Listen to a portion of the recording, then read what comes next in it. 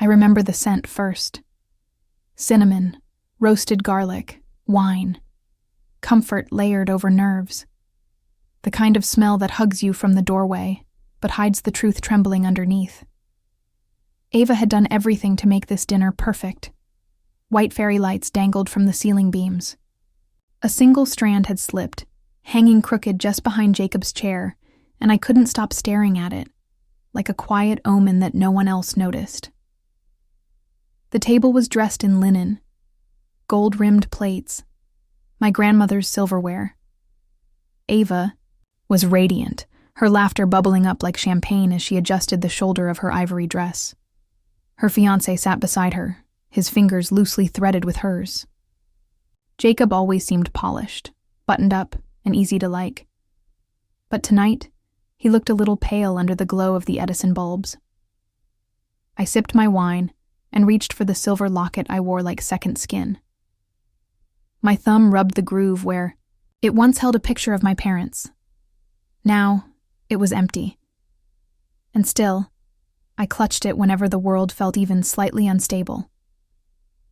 Jacob's father was halfway through a story about his college days, something about a legal case that made headlines. My spine stiffened the moment he said it. Hale versus the state. A knife dropped onto a plate.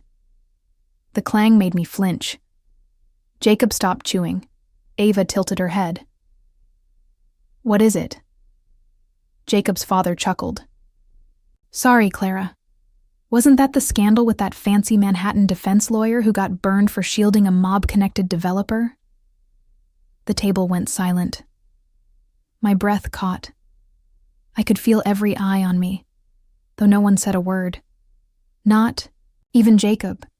He just sat there, frozen, his fingers slipping from Ava's like they'd never belonged there. "I think I need some air," he said suddenly, his voice tight and unfamiliar. He stood up so fast his chair scraped the floor. I rose, too, instinctively, but Ava waved me off. "He's probably just overwhelmed, Mom." But I knew better. I knew the color that drained from his face. I knew the weight of secrets pressing down on shoulders too young to carry them. I followed him out through the side door, past the potted basil plant Ava had nursed like a child, into the dusky garden where the wind had picked up. He was there, standing near the hedge, his back to me. Then, in one quick, deliberate motion, he threw something into the bushes. The sound it made, a faint metallic clink, felt louder than thunder. "Jacob," I called. He turned, and there was fire in his eyes. Not anger, not even betrayal, just revulsion, like he had touched something contaminated. "You never told her who you really are, did you?"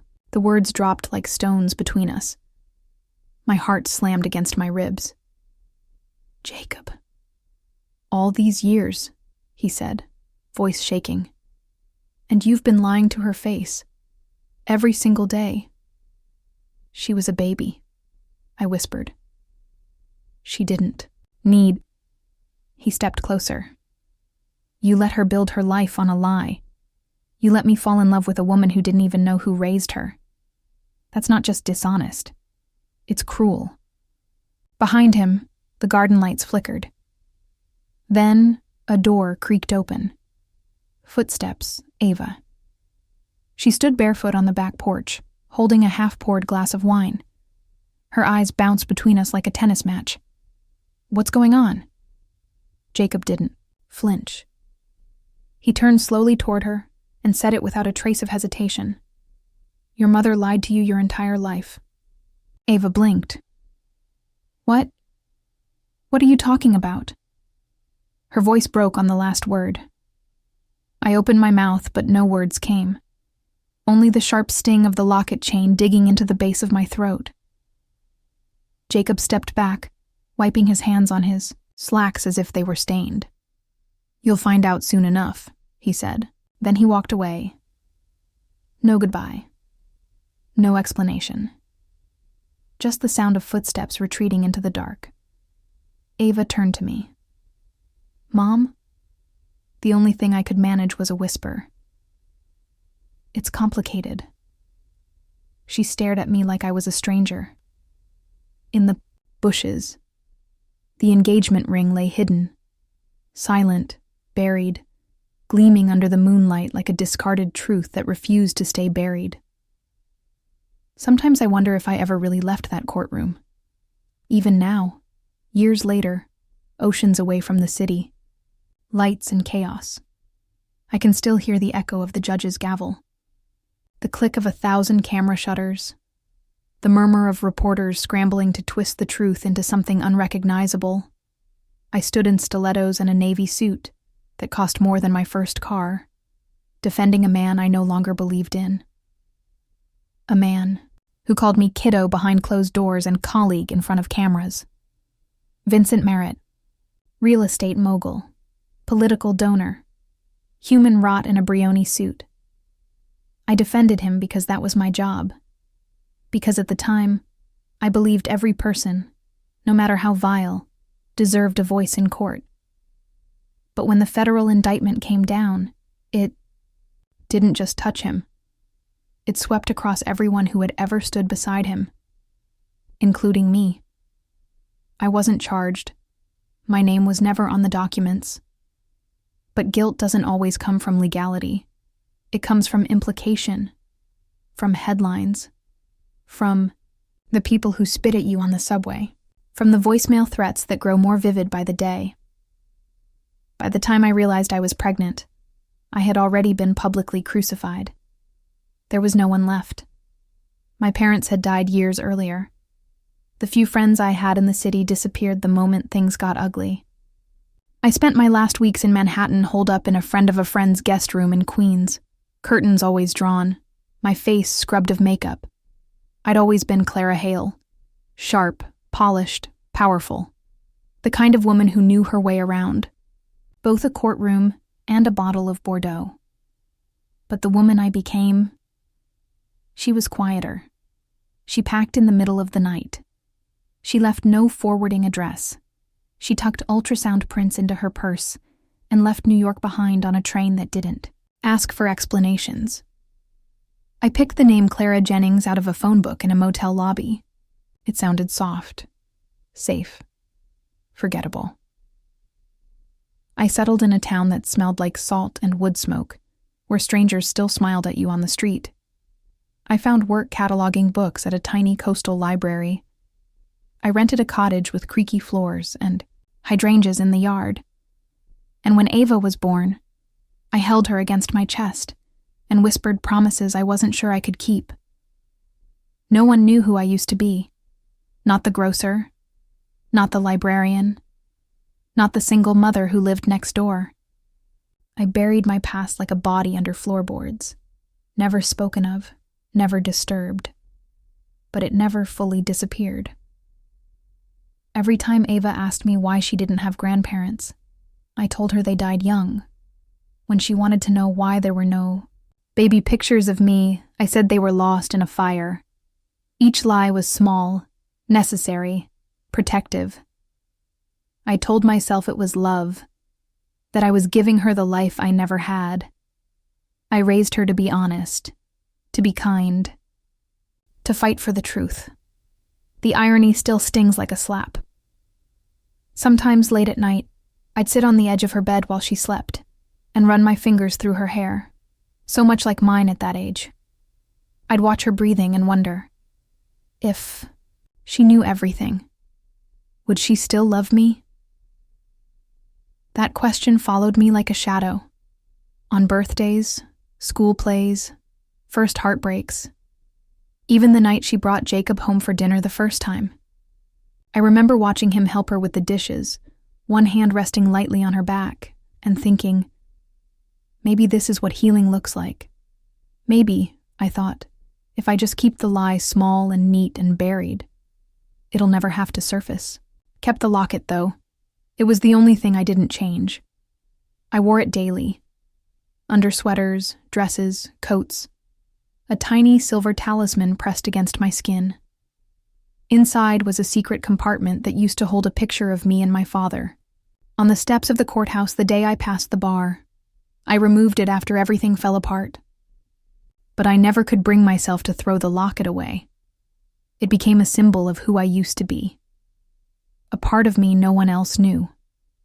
Not even Ava. And now, I wonder if that silence wasn't its own form of betrayal. The night after Jacob threw the ring into the bushes, I sat in my kitchen until dawn. I didn't cry. I didn't drink. I just sat there, staring at the untouched slice of lemon cake Ava had baked earlier that day. It was supposed to be a celebration. Instead, it was the beginning of the unraveling. It's strange how quickly silence can fill a house. Not the peaceful kind that follows laughter or settles in after a long day, but the hollow, echoing kind. The kind that makes every floorboard creak louder, every faucet drip sharper.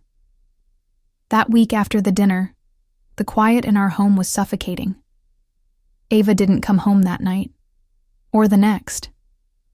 I heard from a neighbor, through a whisper in the grocery store aisle, that she was staying with her friend Bethany across town. That Bethany's mother had picked her up the night everything fell apart. No calls, no texts, just absence.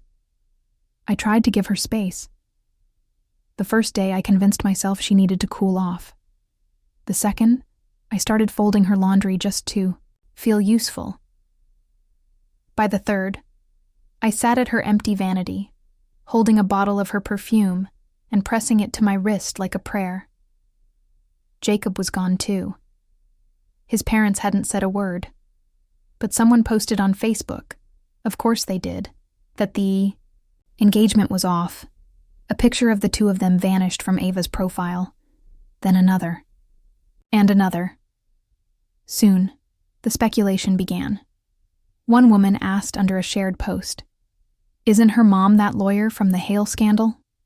Another chimed in. Thought she looked familiar. Always seemed too polished for this town. By the end of the week, Ava's manager at the library asked her to take a temporary leave, citing community discomfort. Translation: reputational damage. I wanted to scream. I wanted to knock on every door in town and explain that I wasn't a monster, that I had only tried to protect my daughter. But all I did was sit at our kitchen table and hold the unopened mail like it might contain an answer. Each night I returned to the garden, as if retracing Jacob's path might bring some clarity. It became a ritual. Wine in hand, sweater wrapped tight. My fingers wrapped around the silver locket I couldn't bring myself to take off. That locket, cool, against my chest, always a heartbeat away, was the last piece of the woman I used to be. I'd clutched it through courtrooms, through labor pains, through bedtime stories. Now, I gripped it like a lifeline. I tried to write Ava a letter. Dear Ava, I never meant for you to find out this way. Too formal. Ava, sweetheart, I owe you the truth. Too soft. Too late. I started and stopped at least 10 times. Eventually I folded one, 5 pages long, handwritten, heart poured onto every line, and drove to Bethany's house. I left it in the mailbox, sealed with a wax stamp Ava had given me for Christmas the year she turned 16. It came back 2 days later, unopened. Marked returned to sender in handwriting I didn't recognize. That night I collapsed. I lay on the living room floor, surrounded by photo albums and baby shoes and the plush lion she'd once called Leo the Brave. I stared at the ceiling until morning light crawled across the floorboards like guilt come alive. I didn't eat. I barely slept. Grief has a taste, I've learned, metallic, sour, endless. And when it's grief you caused yourself, it rots even deeper. The house became a museum. I dusted her framed drawings, folded her bedsheets, touched the edges of her old report cards. In every room I saw echoes of her. Ava at 5, in pigtails and fairy wings.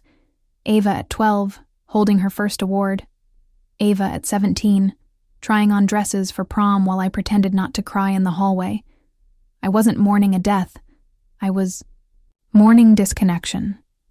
The kind of loss that lives and breathes just beyond your reach. Then, one evening, just as the sun was bleeding pink across the horizon, I walked barefoot into the garden. The wind had picked up, scattering petals across the grass.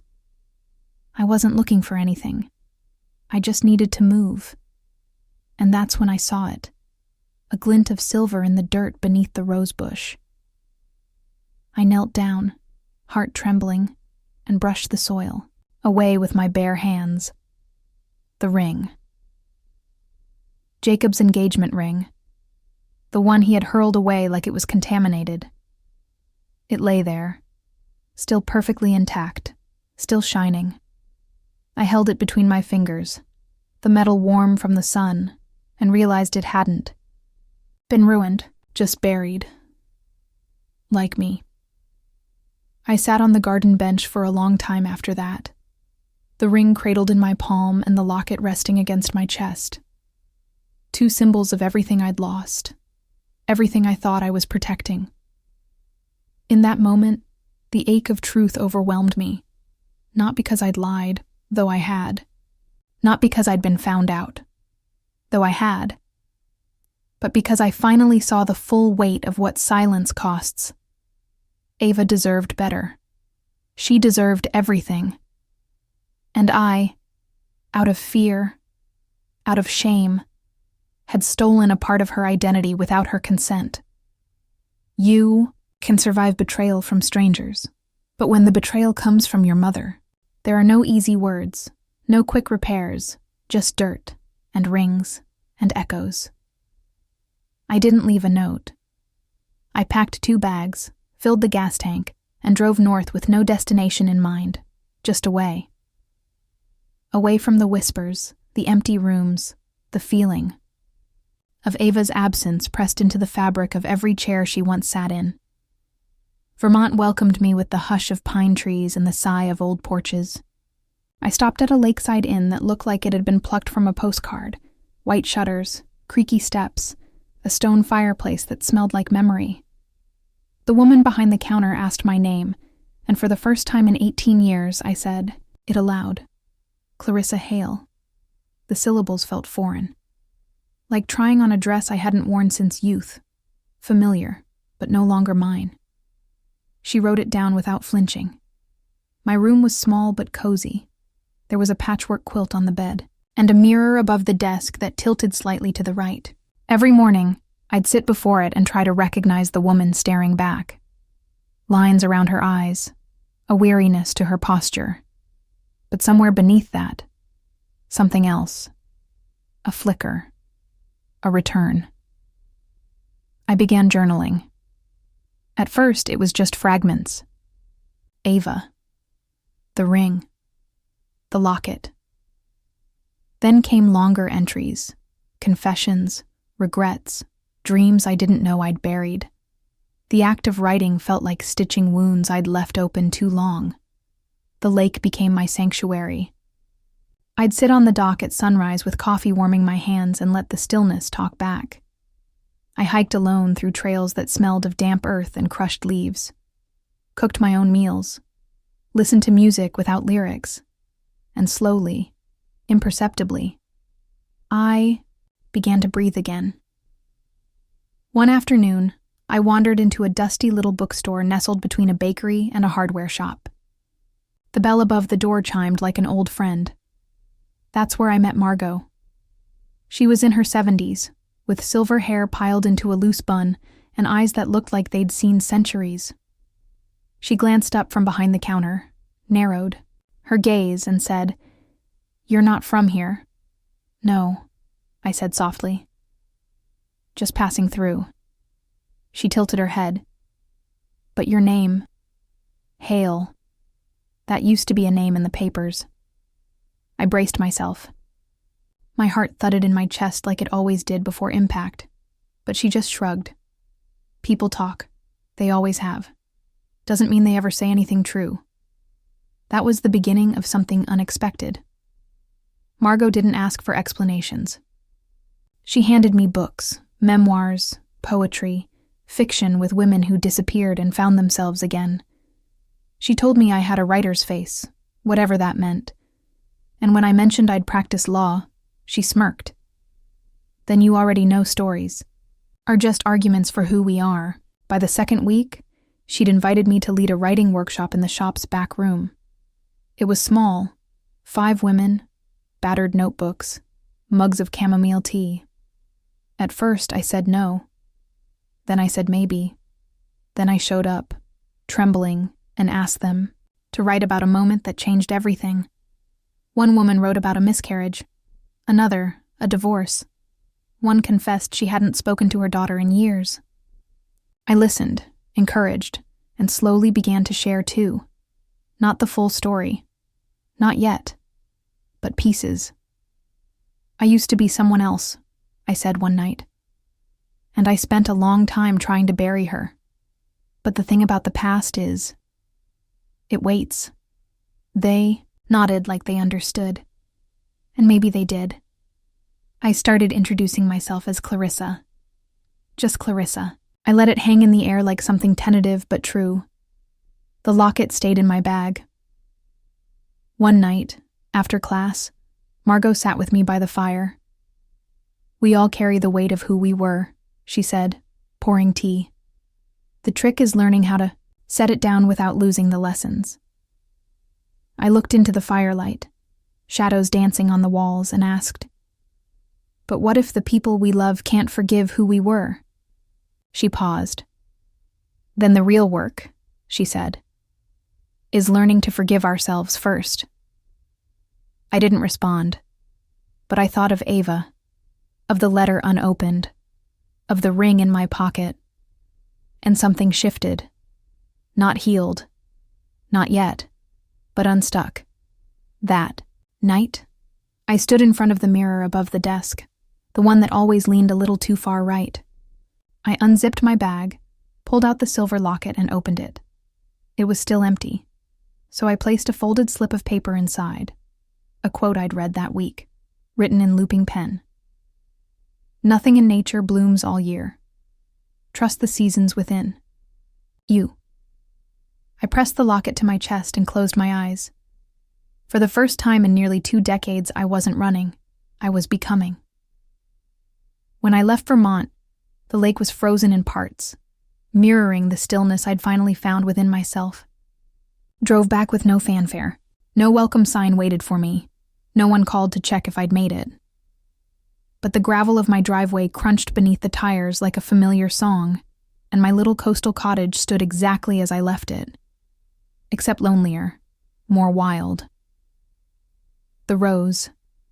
Bushes had spilled into the path, unruly and blooming with a stubbornness I envied. Inside, dust floated in sunbeams like memory. Mail piled on the floor behind the door. A spiderweb glistened in the corner of the living room window, perfectly spun. Life had gone on here, even without me. I stood in the center of the kitchen and let the silence wrap around me again. Only, this time, it didn't feel punishing. It felt earned. I unpacked slowly over several days, setting things back in their place. My books, my journals, my winter coat, still scented faintly with cedar wood from Margot's fireplace.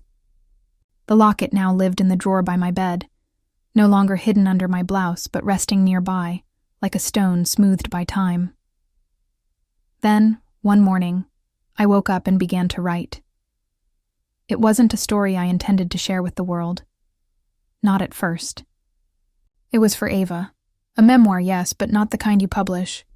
The kind you write when you owe someone the whole truth, not just the pieces they're ready to hear. I wrote with no filter, no performance. I wrote about Vincent Merritt, about the courtroom cameras, the death threats, the desperate train ride, away from New York with my life folded into 2 duffel bags and a secret growing inside me. I wrote about how I renamed myself, how I built a life one lie at a time, not to deceive, but to survive. I wrote until my hand cramped, until my coffee went cold, until pages filled with the things I never had the courage to say aloud. I didn't ask for her forgiveness. I simply told her who her mother really was. When I finished, I printed 3 copies, one for myself, one for the safety deposit box, one for Ava. I wrapped hers in brown parchment paper, tied with twine, tucked the locket inside like a punctuation mark, full stop, end of the chapter. And then I mailed it. No note, no please read, no call me, just the truth. After that, I got to work, not as penance, but as purpose. I called Helen, an old colleague from the New York days who now worked in legal advocacy for women, navigating wrongful accusations and public defamation. We hadn't spoken in years. She picked up on the first ring. "Clarissa," she said after a pause. "I wondered when I'd hear your voice again." "I'm not looking to go back to court," I said, "but I'd like to help, quietly, behind the scenes." She didn't ask for credentials. She didn't ask where I'd been. She simply said, "We'd be lucky to have you." I also went to town hall and re-registered my name, Clarissa Hale. The clerk blinked at me when I handed over the form. "Didn't you used to be—" "Yes," I said, calm, unashamed.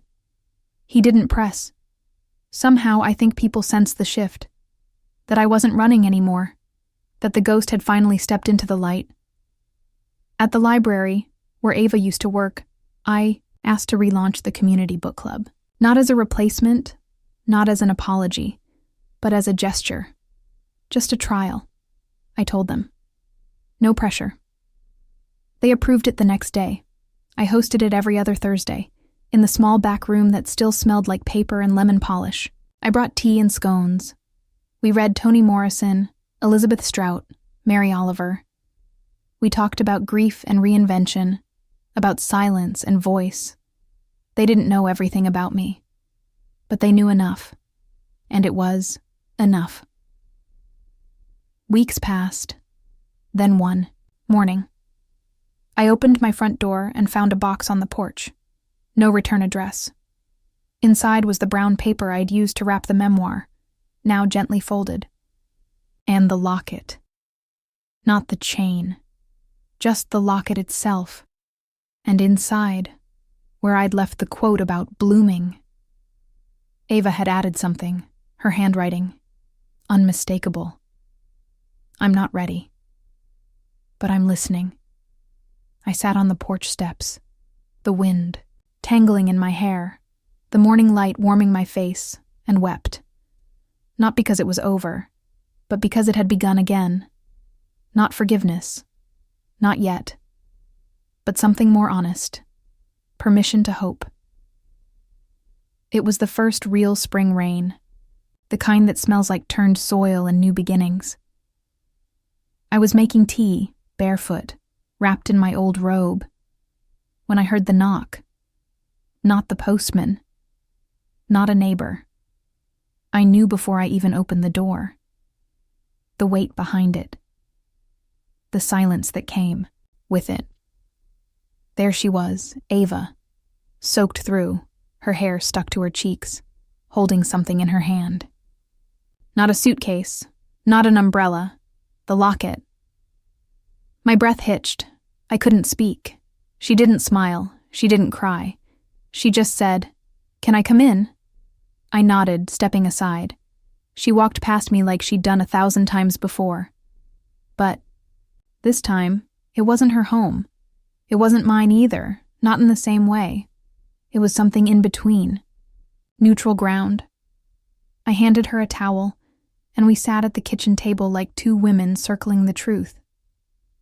She laid the locket on the table between us, gently, as if it were still full of secrets. "I read it," she said finally, her voice barely audible over the ticking clock. 3 times. I kept my hands folded, knuckles pale. "I didn't know if you would." "I almost didn't," she whispered. I threw it in the trash twice, Dug it back out both times. I smiled faintly. I used to do the same with court transcripts. You want so badly not to know, but the knowing doesn't let go. She looked up, and for the first time, I saw the girl I raised, and the woman she was becoming, both wounded. Both strong. You lied to me, she said. Not accusing, not shrill. Just fact. I did, I replied. Every day, and I hate that more than you'll ever know. I felt stupid, she said, her voice cracking. I walked around town defending you, believing in you. I told people you were the most honest person I'd ever met. Tears welled up in her eyes, and I wanted to reach for her, but I didn't. Not yet. You weren't stupid, I said softly. You were exactly the kind of person I was trying to protect. I didn't want the world to change you. She laughed, bitter, short. Well, it did. The air between us swelled. Jacob wanted a picture-perfect family, she continued. A mother-in-law with no past, no scandal. When your name popped up on some Reddit thread, it was like the curtain got pulled back. He couldn't unsee it. I waited. She looked down. He left 2 days after the dinner, said he needed time, then said he needed clarity, then said he needed someone else. My heart sank. She shrugged. I guess it was never about me, just the image of me. I exhaled slowly, the ache settling in a place where guilt used to live. And now? I asked. I'm here, she said, because I'm done pretending it didn't matter, and because I think you're the only person who'll tell me the truth, even when it hurts. I reached for the locket. My fingers grazed hers. I will, I said, even when it hurts. She studied me quiet. Then, why didn't you tell me sooner? I hesitated. Because I wanted to give you a childhood free of my mistakes. I thought, if I buried it deep enough, maybe it would die. It didn't, she whispered. No, I agreed. It bloomed, like all buried things do. We sat in silence. Then Ava stood, her chair scraping softly against the tile. Come with me, she said. Outside, the rain had softened.